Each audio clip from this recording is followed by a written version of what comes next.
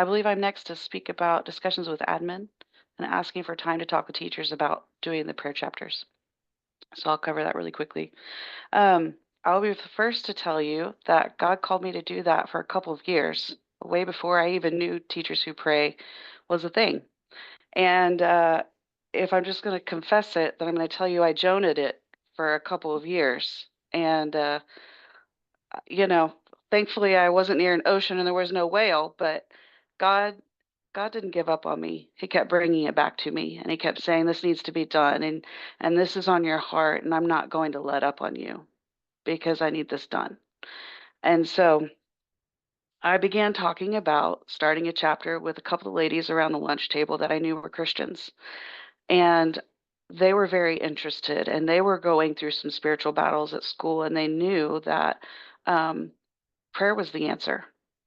And the idea of being able to pray was important to them. And so I started looking up some information, and that's when I found Teachers Who Pray. And I found that wonderful resource they have about the video, about how it's legal, and ways that you can do it. And so I created a document, and I took that document that included the legality link, the code of conduct, options of how to do it that would be appropriate.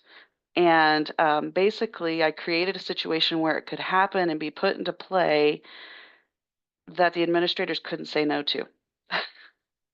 And when they see it and they see that it can be done and they can see it that it can be done in a way that's not going to backfire on them and get them in trouble, and they see it can be done in a way that's not going to upset their staff, but more importantly, it's going to uplift their staff and it's going to be used for that social emotional uplifting.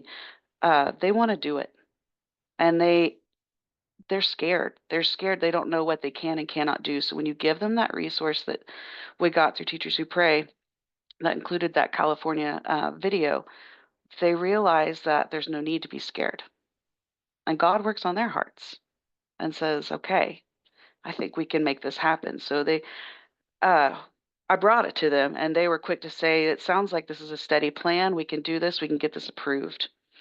And so they approved it. And then I requested a time to speak with the teachers during just one of our monthly meetings. And I stood, and just for 2 minutes, I stood up. I gave a small testimony. I told them what we're there for. I told them we're there to pray over kids and love on kids and to lift each other up. And it was probably one of the scariest things I'd ever done, but I did it with God's help and God's strength. And after that, I prayed and prayed and prayed and prayed and set up our first meeting and talked to my friends and handed out flyers. And I remember sitting, getting prepared for this meeting, and I even brought bagels because Katrina's right. Food is the equalizer. It is the bringer. And so I just sat there and I thought, Lord, if you'll just bring one, if you'll just bring one, and even if you don't bring one, I'm going to sit here and at 7 o'clock in the morning, I'm going to start praying. And I started praying at 7 a.m. And at 7:05, a friend of mine came in.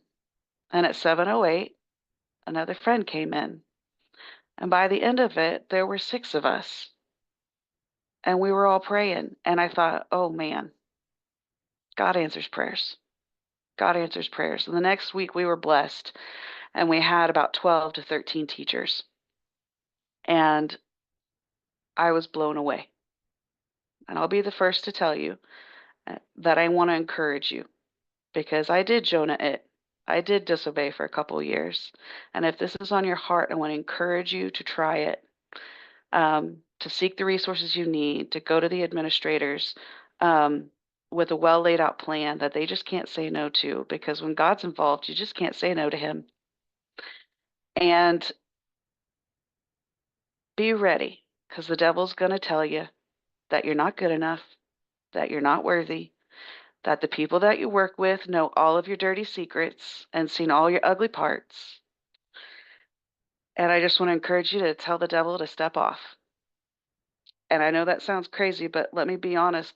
The devil might be okay and correct from an earthly perspective, but God overcame the world.